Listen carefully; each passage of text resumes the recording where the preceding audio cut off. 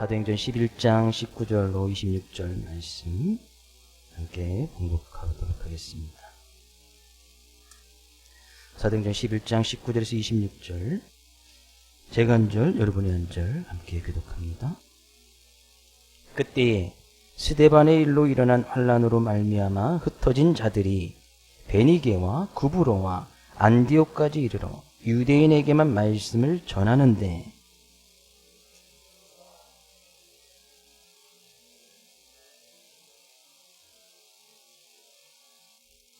주의 손이 그들과 함께 하시매 수많은 사람들이 믿고 주께 돌아오더라.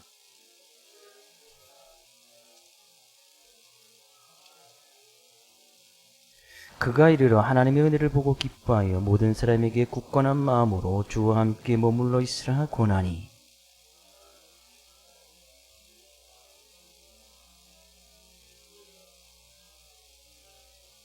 바나바가 사울을 찾으러 다소에 가서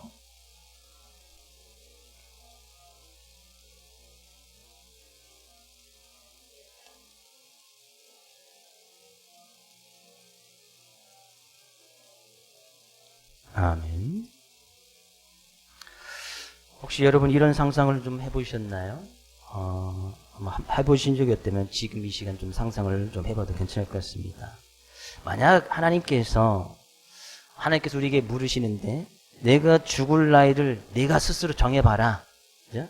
우리가 이 세상에서 코로 호흡 쓰는 호흡을 마치는 그 나이를 네가 한번 정해봐라 한다면, 그죠? 몇 살로 여러분은 정하시겠습니까?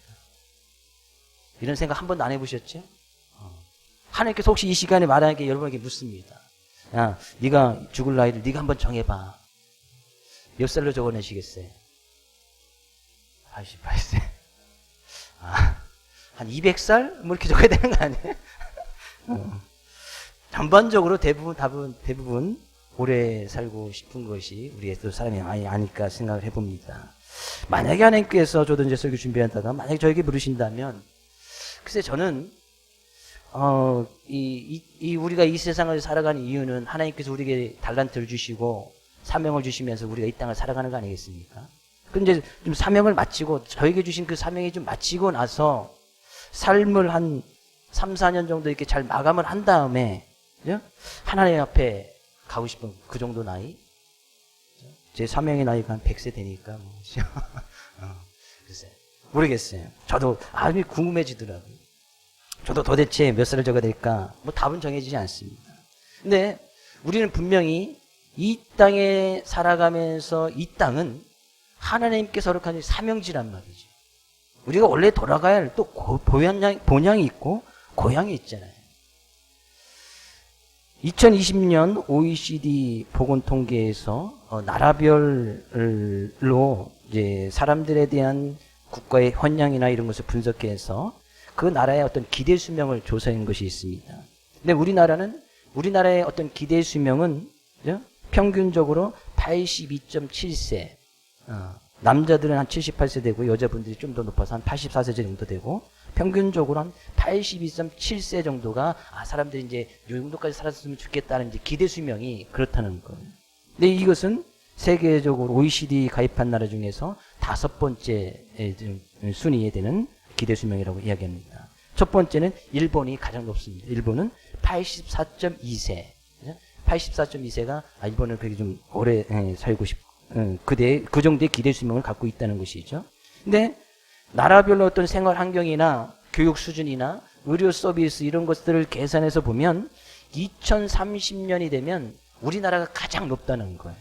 그때 되는 이제 한 86세 정도 대가 되어줘서 우리나라가 기대 수명이 가장 높을 것이다 라고 이렇게 예상을 합니다.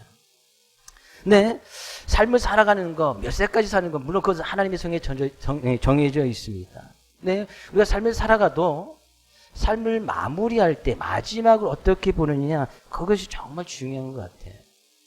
신문을 보다가 어떤 칼럼에 이런 노인과 어른의 차이점에 대해서 어떤 분이 칼럼을 쓴 것이 있었어요. 노인과 어른의 차이점. 노인과 어른은 결코 이제 같은 말이 아닙니다.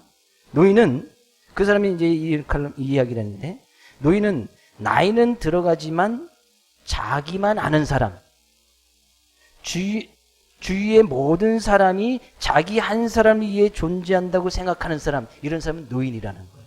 자기 중심으로 돌아가는 거죠.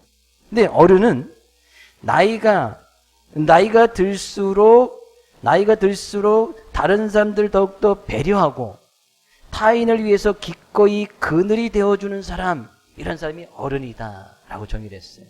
그래서 궁금해서 저도 사전에는, 우리나라 국어사전에는 뭐라고 돼 있을까? 그죠? 노인을 찾아봤습니다. 노인은 나이가 들어 늙은 사람. 예, 시간이 지나면 다 노인이 되는 거죠. 나이가 드니까. 근데 어른은 우리나라 국어사전 이렇게 돼 있습니다. 뜻이 세 가지가 있었는데, 세 번째는 결혼한 사람을 어른이라고 이야기하고, 두 번째는 나이나 지위나 학렬이 높은 윗사람을 어른이라고 이야기합니다. 근데 국어사전에서 첫 번째로 어른이라고 정의를 내려놨을 때 그 첫 번째는 다 자란 사람, 다 자라서 자기 일에 책임을 질 수 있는 사람, 그런 사람이 어른인 거예요. 다 자라서 자기가 한 일에 책임을 질 수 있는 사람, 이런 사람이 어른인 거예요. 네, 저는 이 어른이라는 그 정의에 이 칼럼을 썼던 그 사람과 같이 이야기해서, 나이가 들수록 다른 사람들을 좀 배려해주고 다른 사람들에게서 좀 그늘이 되어주고 자기 일에 책임을 지면서 주변 사람들에게 선한 영향력을 끼칠 수 있는 사람, 저는 이런 사람이 어른이라고 생각이 되어집니다. 저는 우리에게 모든 성도님들이 뭐 나이가 들어 뭐 노인이 되는 것은 이건 우리가 막을 수 없는 것이잖아요. 뭐 노인이 되는 거, 나이가 들면 세월이 지나가면 다 노인이 된단 말이죠. 근데 노인에서 그치는 것이 아니라 좀 어른이 됐으면 좋겠어요. 어른. 믿음에도 좀 어른이 되었으면 좋겠다는 얘기죠. 우리가 신앙의 연륜이 깊어갈수록, 신앙의 연륜이 깊어갈수록 60세, 70세, 80세, 90세 되어지면 좀 다른 사람들도 배려해주고, 왜 노인이 되면 어린아이 같이 된다고 이야기하겠잖아요.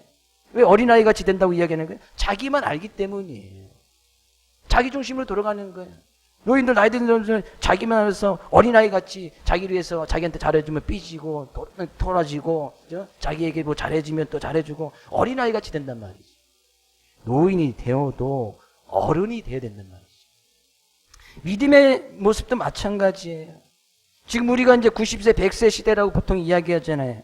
그러면 우리가 90세, 100세까지 믿음을 지키고 하나님을 예배하고 나갈 텐데, 그러면 그때까지, 마지막까지 하나님께서 언제 우리를 불러주실지 모르겠지만, 그때까지 어른다운 믿음의 모습으로 마지막까지 선한 영향을 끼치는 그런 사람 될 수 있기를 주의 이름으로 축복을 드립니다. 주변에 있는 사람들이 당신이 왜 교회를 다닙니까? 왜 예수를 믿습니까? 라고 이야기하면, 점천서부교회 다니 그 집사님 때문에요. 점천서부교회 담임 목사님 때문에요. 저는 그런 소리 한 번도 못 들어봤어요. 얼마나 창피한지. 그렇죠? 왜 교회를 다닙니까? 점천서부교회 담임 목사님 때문에 내가 교회를 다닙니다. 점천서부교회 다니는 그 장로님 때문에 내가 예수를 믿고 교회를 다닙니다. 왜 교회를 다닙니까? 왜 예수를 믿습니까? 그 교회 성도님 때문에 내가 예수를 믿고 교회를, 신앙을 유지합니다. 이런 소리를 다 들을 수 있기를 주의 이름으로 축복을 드립니다. 그래서 그런 선한 영향력들이 이웃이나 자녀들에게도, 심지어 우리의 육체적인 죽음은 자녀들에게 남길 수 있는 마지막 교훈 아니에요. 그죠? 나의 죽음은 내 자녀에게 남길 수 있는 마지막 교훈이에요. 그 죽음조차도 아주 멋지게, 아름답게 믿음의 선한 영향력으로 멋지게 남길 수 있는 그런 귀한 믿음의 삶의 모습을 지금부터 유지하며 나갈 수 있기를 주의 이름으로 다시 한번 축복을 드립니다. 그렇게 멋진 삶을 살았던 사람들이 성경에 많이 소개되어지고 있는데, 우리는 그런 사람들을 믿음의 선진이다 라고 이야기하는 거예요. 우리가 지금 사도행전을 계속해서 살펴보고 있습니다. 초대교회의 최고의 지도자였던 이 베드로가 이방인과의 교제를 금했던 그 유대인의 간섭을 깨버리고, 가이사랴 지방에 있는 고넬료 가정에 복음을 증거해서 고넬료 가정 가운데에 또 이제 가이사랴 지방에 교회가 생겨지고, 그것을 통해서 많은 믿음의 사람들이 생기게 되어집니다. 근데 오늘 본 말씀에서는 그거 외에 또 다른 또 하나의 아주 획기적인 사건을 증언하고 있는데 이제 안디옥 교회의 출현이에요. 성경 가운데 이제 지역 이름이 좀 많이 나와서 좀 헷갈리실 부분이 있을 것 같은데 좀 지도를 잠깐 볼까요? 잠깐만 설명을 드릴게요. 이거 지금 이스라엘 지도예요. 이스라엘 지도. 지금 현재 있는 이스라엘 지도와 마찬가지입니다. 이스라엘의 수도는 어디죠? 예루살렘. 보이시죠? 예루살렘? 안 보이시나? 예루살렘. 여기가 예루살렘 수도예요. 그리고 이제 우리가 잘 아는 그 파란 돌 맨 위에 있는 데가 갈릴리 호수고 그 중간이 요단강이고 그 중간 이제 밑에 있는 큰 바다가 이제 사해라고 하는 곳입니다. 근데 베드로가 이제 막 여기저기 복음을 다니면서 복음을 처음에 증거했던 곳이 바로 요빠라는 지역이에요. 요빠. 아시죠? 요빠? 네, 여기에서 이제 복음을 증거하다가 성령님의 도우심으로 말미암아 바로 그 위에 한 50여 킬로 떨어져 있는 가이사랴 지역에 있는 고넬료 가정에 의해서 복음을 증거한 거예요. 근데 이것이 왜 중요하냐면 이 베드로는 지금 당시에 복음을 증거하고 나갈 때 이스라엘 지역 안에 있는 이방인에게 복음을 전하는 거예요. 이스라엘 지역 안에 있는 이방인들. 당시의 이스라엘 지역은 로마의 어떤 영향력 아래 지배에 있었기 때문에 이 가이사랴라는 곳에는 로마의 어떤 지배를 하는 지도자가 그곳에 와서 정착을 하면서 이스라엘을 다스려 나가는, 이스라엘을 정치적으로 다스려 나가는 그런 곳이었단 말이죠. 근데 오늘 나오는 이 안디옥 지역은 여기서부터 이제 아주 먼 곳에 있습니다. 다음 지도 볼까요? 좀 이제 지도를 좀 확대했습니다. 안디옥 지역은 저기 있습니다. 안디옥이 이스라엘 지역에서 한참 위에 떨어져 있는, 보이시나요? 그러니까 예루살렘에서 한 580km 떨어진 아주 이제 지금의 터키 끝이에요. 지금 지역에 이제 터키 끝에 있는 그 지역에 안디옥이 있고 거기서 조금 더 위로 가면 이제 다소라는 곳이 있습니다. 다소 보이시죠? 다소 보이세요? 다소? 글씨는 안 보여도 다소.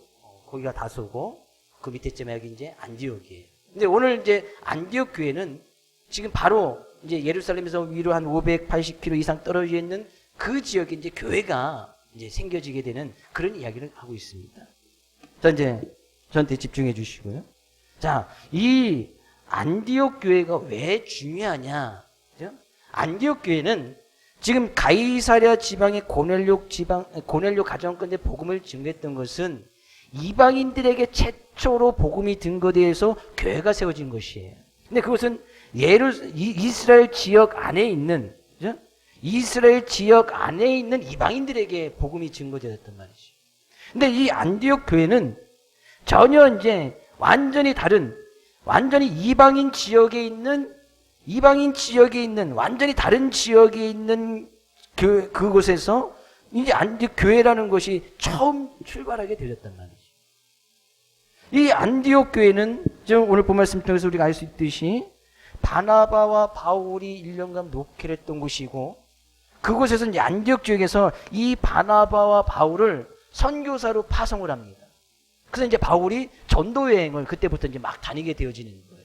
근데 그 중심에 섰던 교회가 처음에 교회가 생겼던 예루살렘, 우리는 그 교회 예루살렘 이제 모교회라고 초대교회 처음 시작했던 교회가 예루살렘 교회라고 하는데 그 예루살렘에서 이루어진 것이 아니고 이 안디옥 지역에 있는 안디옥 교회에서 그것이 이루어졌다는 거예요. 세계적인 선교사가 그 속에서 출발이 되어졌고 그곳에 이제 이 바울을 배출시켰던 교회이기도 하고 어떤 이방인 지역에서 이방 세계에서 최초로 세워진 이방인 교회, 그것이 안디옥 교회. 그래서 좀 선교에 관심 있는 그런 교회들은 교회 이름을 안디옥 교회로 하는 곳이 많이 있습니다. 이건 뭐 거의 지역마다 한 몇 군데씩은 이렇게 안디옥 교회 있을 거예요. 전주 가도 있고, 부산 가도 안디옥 교회 있고, 어디 가도 안디옥 교회가 있어요. 그만큼 이제 선교지의 어떤 중심의 역할을 잘 감당하기 위해서 교회 이름을 그렇게 세운 것이 많습니다. 근데 그만큼 이 안디옥 교회는 아주 중요한 곳인데 오늘 본 말씀에 가서 보니 그만큼 중요했던 이 안디옥 교회가 과연 누구에 의해서 세워졌는가, 우리는 그 부분을 중심적으로 통해서 말씀을 나누려고 해요. 자, 오늘 본 말씀 19절 말씀 다시 한번 가서 볼까요? 19절 말씀. 그때에 스데반의 일로 일어난 환란으로 말미암아 흩어진 자들이 베니게와 구브로와 안디옥까지 이르러 유대인에게만 말씀을 전하는데, 그죠? 그때는 언제예요? 그죠? 그때는 바로 앞부분에 있는 사건을 이야기합니다. 그때라는 것은, 그죠? 이 사도 베드로를 통해서 가이사랴 지방의 이방인들에게도 복음이 증거되어지고, 그것을 통해서 이제 교회가 세워짐으로 인해서 예루살렘 교회에서 그것을 공식적으로 수용을 하고, 그 소문이 이제 막 퍼져나간 거예요. 아, 이제 이방인들도 복음을 듣고 하나님의 자녀가 되고 하나님의 백성이 될 수 있다라는 것을 갖다가, 그래서 이제 진정한 이제 예수님께서 말씀하신 온 유대와 사마리아 땅 끝까지 이르러 내 증인이 하리라는 그 말씀이 이제 유대인들에게도 그 말씀의 의미가 이제 점점점 깨달아지게 되었단 말이죠. 그런 일이 일어나고 있을 그때예요. 근데 그때에 이제 스데반의 일로, 우리는 스데반 집사의 사건을 너무나 잘 알죠. 복음을 증거하다가 스데반 집사가 돌에 맞아서 죽음을 당하는 사건.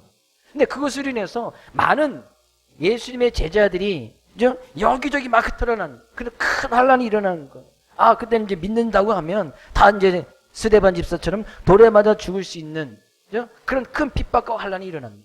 그래서 예수님의 많은 제자들이 막 여기저기 흩어진 거예요. 어디 지역으로요? 베니게와 구브로와 안디옥까지.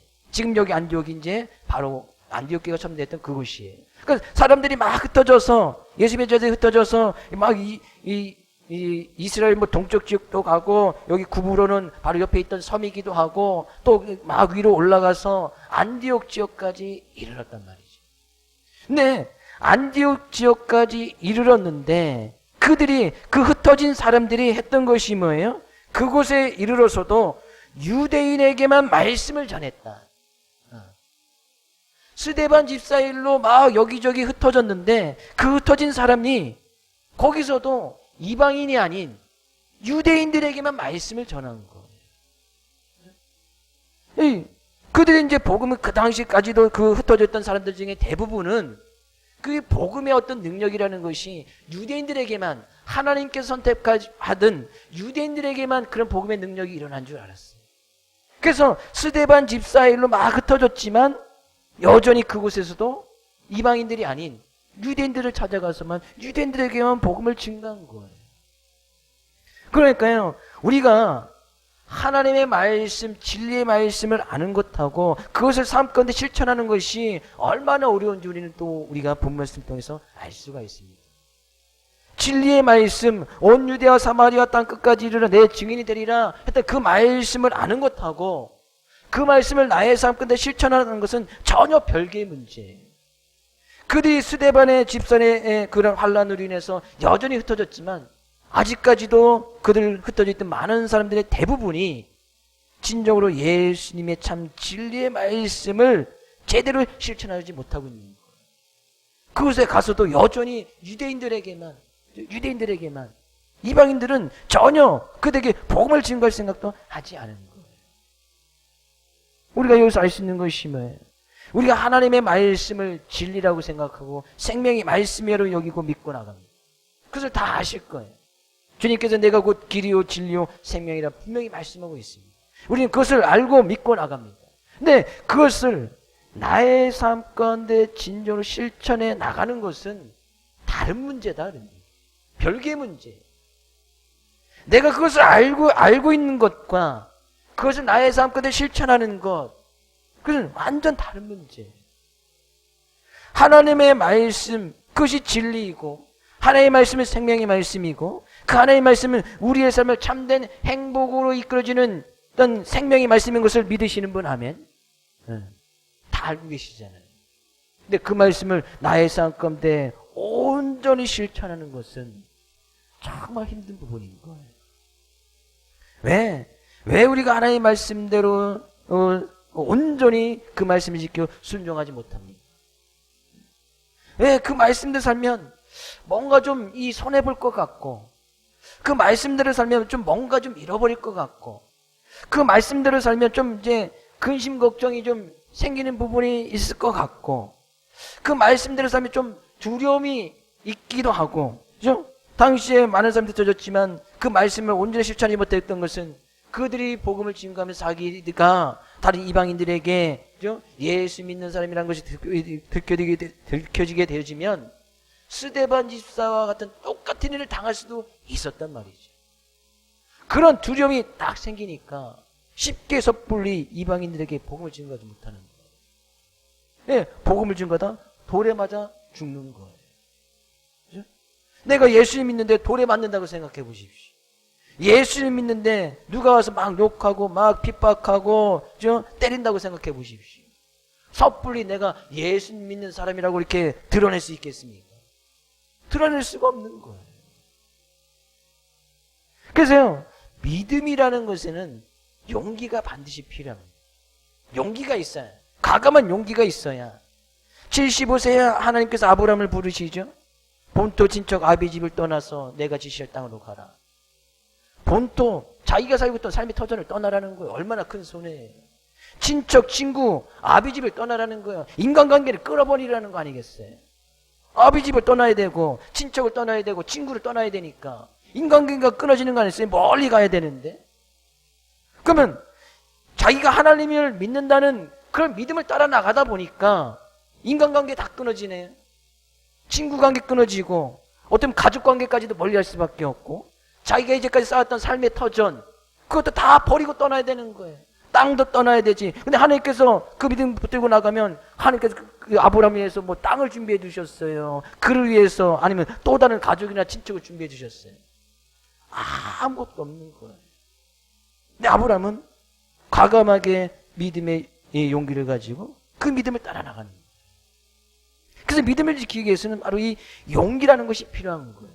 근데 여기 지금 스데반으로 흩어졌던 많은 어떤 사람들이 베니게와 구브로와 안디옥까지 이르렀는데 거기에서도 믿음의 용기가 없었던 것 같아요. 유대인들만 찾아가서 복음을 증거했다. 근데 20절에서는 이렇게 이야기하네요. 그럼 많은 흩어진 사람들 중에 그 중에 구브로와 구레네 몇 사람이 안디옥에 이르러 헬라인에게도 말하여 주 예수를 전파하니. 그 중에 몇 사람이 있었어요. 대부분의 사람들은 유대인들에게만 복음을 전했는데 구브로 출신, 구레네 사람 몇 사람. 예. 근데 이제 여기도 이제 지역 이름인데 구브로라는 섬이고요. 또 구레네 몇 사람, 몇 사람이 이 안디옥에까지도 이르게 되어졌는데 그 몇 사람이 헬라인은 이제 이방인 사람들을 이야기하는 거예요. 당시에 이제 그리스 문화, 헬라 문화, 이제 로마의 지배 영향이 있던 그런 문화를 따라갔던 사람들, 그런 사람들에게도 주 예수를 전파했다. 복음을 전파했다. 그랬더니 거기에 많은 사람들이 믿고 주께 돌아와서 안디옥 교회가 출발이 되어졌다는 거예요. 저는 이 모습을 보면서 우리가 앞에 있던 부분들은 이제 베드로에 대해서 이야기를 하고 있었잖아요. 베드로의 입장에서 보면 정말 너무나 아쉬운 일이 아닐까 생각을 해봐요. 왜냐하면 이 베드로는 성령님의 놀라운 역사를 통해서 가이사랴 지방에 있는, 물론 이스라엘 지역에 안에 있는 지역이었지만 거기에 이방인이었던 고넬료 가정, 로멜 고넬료 백부장이니까 로마 사람이었잖아요. 근데 그 가정에 복음이 들어가서 교회가 세워졌단 말이죠. 이제 이방인에게도 복음이 들어가고 그들도 하나님의 자녀가 될 수 있고 하나님의 놀라운 구원의 은혜가 임했다는 그 사실을 베드로가 깨달은 거 아니겠어요? 그럼 베드로는 응당 이제 이스라엘 지역이 아닌 이스라엘 지역을 넘어서 온 유대와 사마리아와 땅끝까지 이방 세계로 막 나가서 이방 지역을 넘어가서 그들에게도 마땅히 복음을 증거하고 이방인들에게도 복음을 증거해서 교회를 세워 나갔음이 베드로에게 마땅히 그 말을 실천해가는 그런 모습 아니었겠어요. 근데 사도행전 12장에 가서 보면 여전히 베드로는 예루살렘 지역 안에 머물러 있습니다. 그러니까 예루살렘, 이스라엘 지역 안에 머물러 있지 이스라엘에서 벗어나서 복음을 증거하지 아니했단 말이에요. 그래서 오늘 본 말씀에 이 안디옥 교회는 예수님의 제자였던 베드로가 아니고 예수님의 12 사도도 아니고 이름도 없고 직업도 밝히지 아니하는 구브로 사람, 구레네 몇 사람, 몇 명인지도 정확히 기록하고 있지도 않아요. 그 몇 사람에 의해서 이 안디옥 교회, 정말 세계 선교의 초반을 놓았던 성경 가운데 사도행전에서 결코 빼낼 수 없던 아주 중요한 역할을 감당했던 이 안디옥 교회가 그 몇 사람에 의해서 세워졌다는 거예요. 우리가 본 말씀을 잘 보면요, 그 안디옥 교회에서 바나바와 바울이 1년간 목회를 하거든요. 바나바 바울이 1년간 목회를 해요. 그 이제 교회 가서 믿는 사람이 많아졌다 하니까 예루살렘에서 바나바를 이 안디옥 교회에 파송을 합니다. 그죠? 안디옥 교회에 파송을 하는데 믿는 사람들이 또 많아지니까 혼자 목회를 감당할 수 없어서 그 밑에 아까 이제 다소라는 곳, 다소는 원래 이제 사도 바울, 이제 여기 이제 바울이라고 이름하기 전에 사도 바울의 그 전에 이름으로 우리가 사울이라는 것을 알고 있지요. 그 사울의 고향이 이 다소예요. 근데 이 다소라는 곳에서 바울이 그곳에서 예수님을 만난 사건이 이제 사도행전 9장에 기록되어져 있는데, 그죠? 예수님 만난 사건이 이제 사도행전 9장에 기록되어 있는데, 우리가 이제 다음 시간에 좀 자세히 살펴보기 원하고요. 이 고향교회, 이 고향에 가서 사도 바울이 거기서 막 이제 집거생을 하고 있는 거예요. 왜? 사울의 말을 아무도 안 믿어주니까. 사울이 그전에 했던 것이 뭐예요? 믿는 사람을 핍박하고 잡아다니면서 그것에 앞장섰던 사람이 사울이잖아요. 그러니까 사울이 예수님 만나서 변화됐지만 사울이 말한 것을 아무도 들어주지 않는 거예요.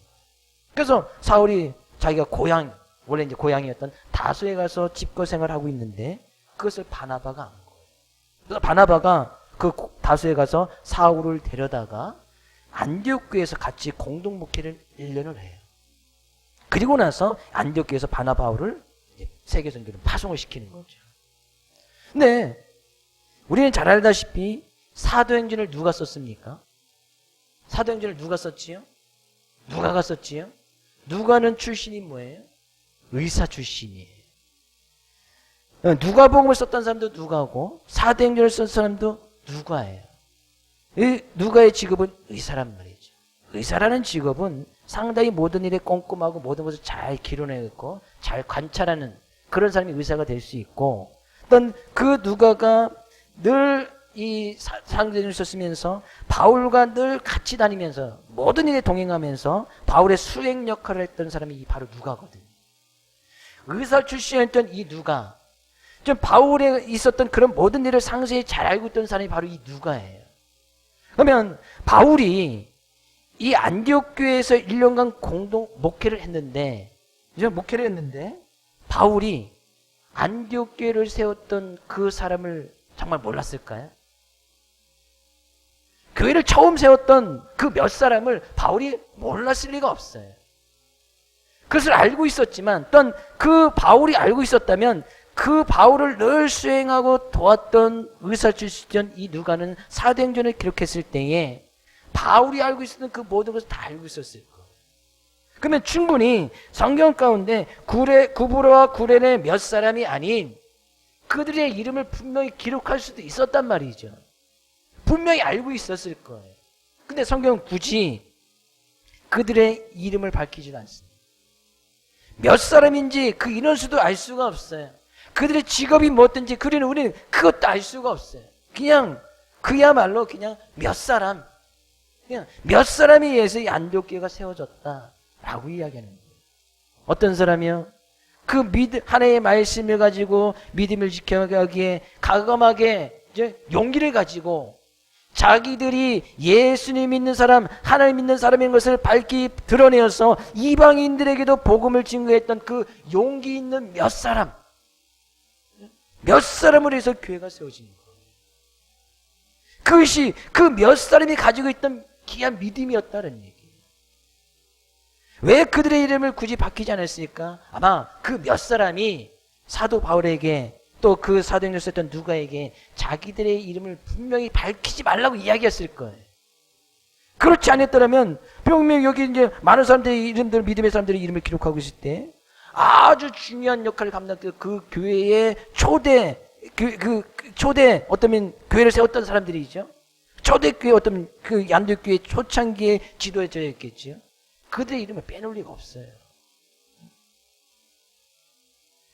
그 몇 사람은 정말 그 믿음에 있어서 용기 있게 과감하게 자기들은 예수 믿는 사람이라는 것을 과감하게 드러냈던 사람, 용기 있던 그 몇 사람, 그들이 가지고 있던 믿음은 분명히 이러는 거였을 거예요.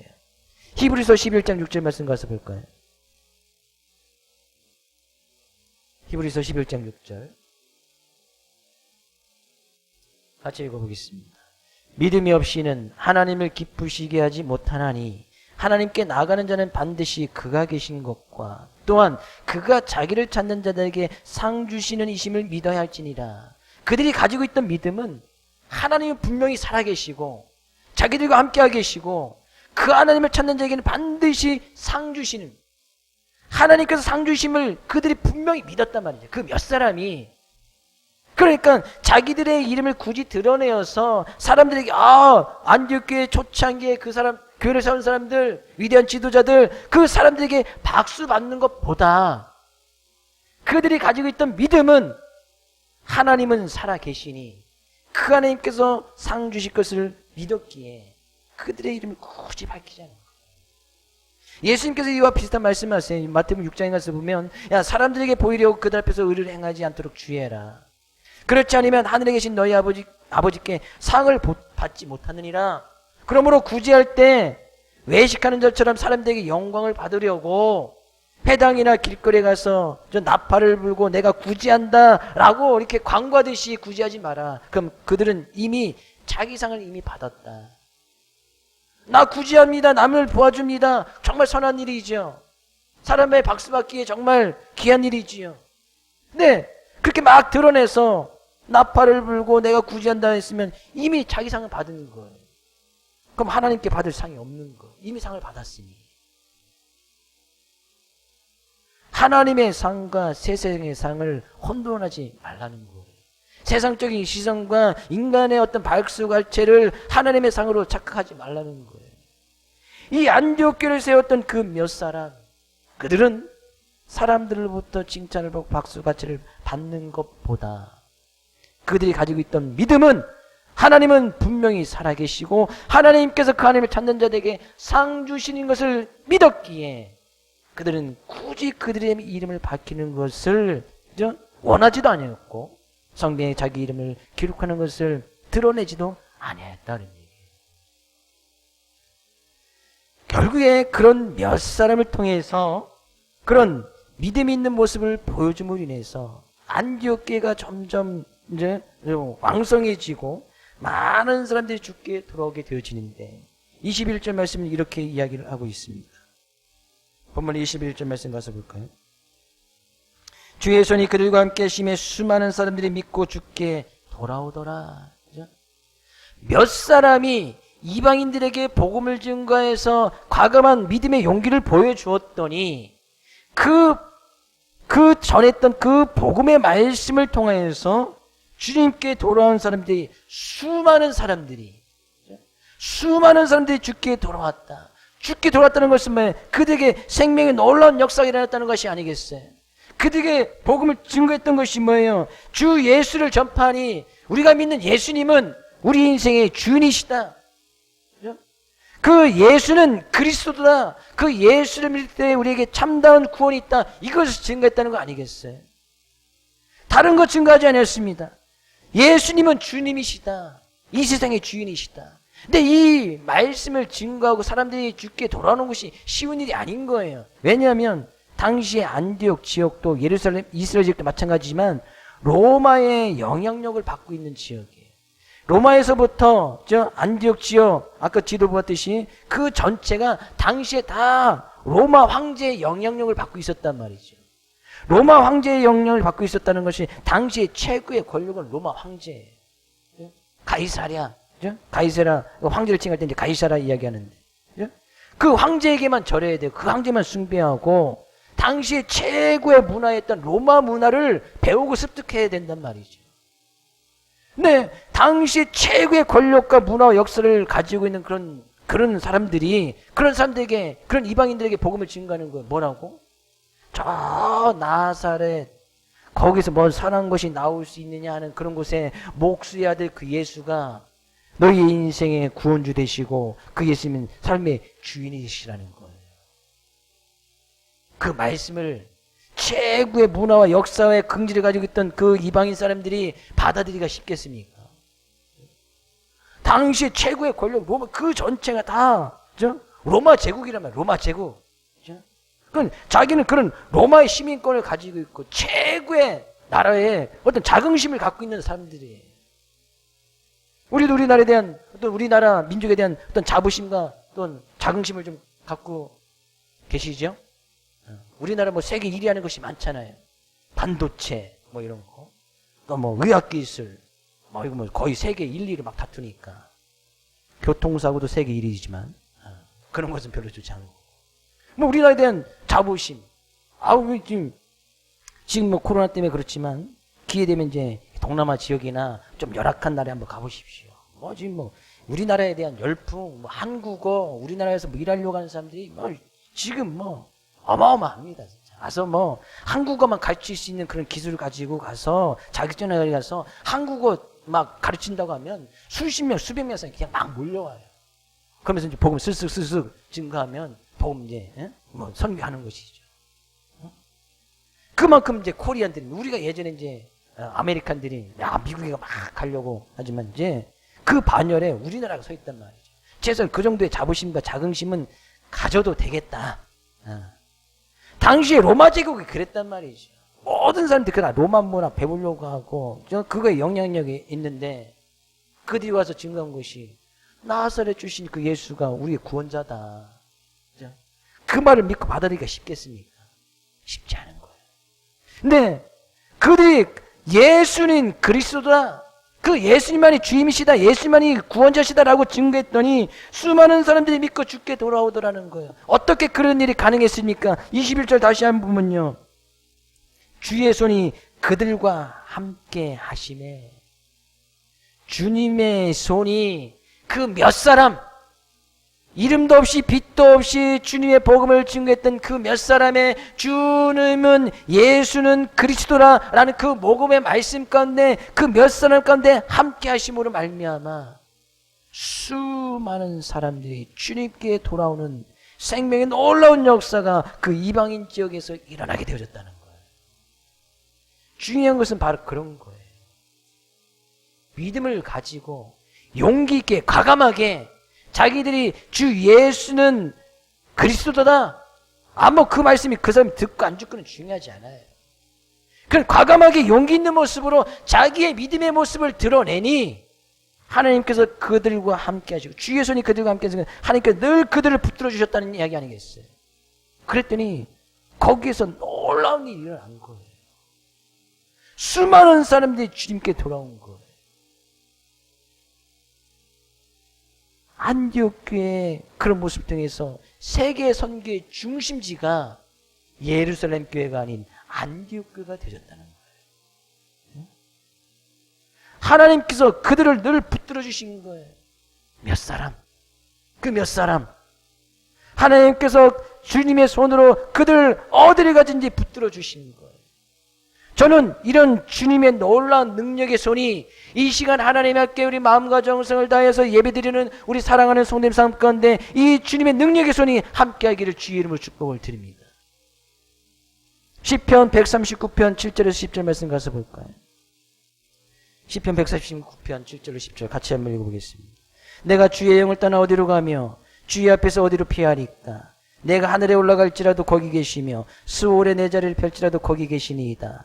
내가 새벽 날개를 치며 바다 끝에 가서 거주할지라도 거기서도 주의 손이 나를 인도하시며 주의 의로운 손이 나를 붙드시리로다. 하나님께서는 언제 어디든지 우리를 늘 인도해 주시고 주님의 손으로 주의 오른손으로 오른손이라는 것은 주님의 권능의 손, 능력의 손이라는 것을 나타내는 거예요. 우리를 늘 붙들어 주시겠다는 얘기예요. 그럼 정작 중요한 것이 뭐예요? 주님께서는 손을 내밀어서 우리를 늘 붙들어 주시고 인도해 주시길 원하는데 중요한 것은 뭐예요? 내가 그 주님의 능력의 손을 붙잡아야겠지요. 주님의 손이 나를 인도하실 것을 믿는다면 그 주님의 손을 잡아야 되는 거 아니겠어요? 과감하게 용기 있는 믿음의 모습을 가지고 내가 그 주님의 손을 붙잡을 때에 본토 친척 아비집을 떠난 내게나 나의 모든 것을 잃어버리는 과감하게 포기해야 되는 그런 상황 가운데서도 주님의 손을 붙잡을 때에 주님의 능력의 손이 우리를 이끌어 주신다는 사실이에요. 뿐만 아니에요. 이사야서 41장 10절 말씀. 두려워 말라. 내가 너와 함께함이라. 놀라지 말라. 나는 내 하나님이 됨이라. 내가 너를 굳세하게 하리라. 참으로 너를 도와주리라. 참으로 나의 의로운 오른손으로 너를 붙들리라. 결코 내가 용기 있게 믿음의 모습을 보인다고 하여서 두려워하지 말라는 거예요. 놀라지 말라는 거예요. 본토 친척 아비집을 떠나는 것을 갖다 두려워하지 말라는 거예요. 무엇 때문에 우리가 하나님의 말씀은 진리의 말씀이라고 믿으면서 그것을 과감하게 실천하지 못하는 이유가 뭐예요? 두려움이 있습니까? 근심 걱정이 있습니까? 무엇을 먹을까 무엇을 마실까 그것 때문에 근심 걱정이 생깁니까? 하나님께서 말씀하시잖아요. 두려워하지 말라. 놀라지 말라. 내가 너를 붙들어 주겠다. 이사야서 49장 15절 16절 말씀 하나 더 볼까요?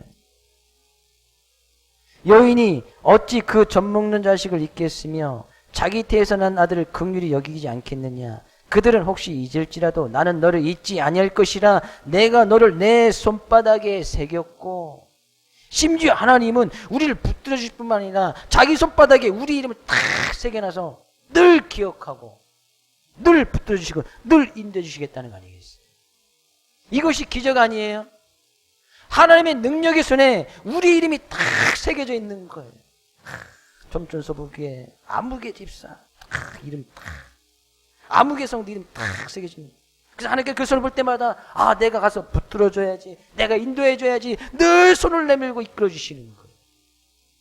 우리는 그 손만 잡으면 된다. 믿음 있게 가감 있게 용기 있게 있던 그 몇 사람이 과감하게 이방인에게 복음을 전했던 그 용기 있는 믿음의 모습을 통해서 안디옥교회의 수많은 사람들이 주님께로 돌아왔고 세계 선교의 초반으로는 아주 귀한 교회가 되어졌다는 사실이에요. 저는 우리 교회 성도님이 그런 믿음 있는 사람, 주님의 손을 붙잡고 과감하게 믿음의 모습을 보여줄 수 있는 그런 성도님 될 수 있기를 주의 이름으로 축복을 드립니다. 우리 교회가 그런 교회 되기를 주의 이름으로 축복을 드립니다. 종이 한 장이 있습니다. 이 종이가 누구의 손에 들려지냐에 따라서 그 종이는 폐지가 될 수 있고 그것은 정말 예술품이 될 수도 있는 거예요. A4 용지 저한테 안에 딱 주어지면 그림 끄적끄적 대다가 글씨 써놓다가 그 정도밖에 되지 않지. 그 종이가 화가의 손에 딱 쥐어지면 그 A4 용지 한 장에서 아주 소중한 예술품이 아니면 정말 가치 있는 몇십억 할 수 있는 그런 작품이 나올 수도 있단 말이죠. 하나님은 전지전능하신 하나님 아니겠습니까? 믿으십니까? 그 하나님은 우리의 삶의 주인 되십니다. 믿으십니까? 그는 우리의 아버지세요. 믿으세요? 그러면 그 하나님의 손에 붙들려서 나가기만 하면 정말 보잘것없고 한차는 우리 인생에 무슨 보여줄 게 있겠어요? 하나님께 내밀 만한 것이 뭐가 있겠어요? 그럼에도 불구하고 하나님 손에 붙들리기만 하면 정말 소중하고 귀하고 또 종이 한 장이 그런 예술품으로 변화되듯이 우리의 삶의 모습이 정말 귀하고 소중하고 아름답고 최고의 가치 있는 인생으로 변할 줄로 믿습니다. 이번 한 주간 그런 삶의 모습으로 주님의 손에 이끌려서 과감하게 주님의 손을 붙잡고 용기 있는 믿음의 모습으로 늘 승리하며 나갈 수 있기를 주의 이름으로 축복을 드립니다.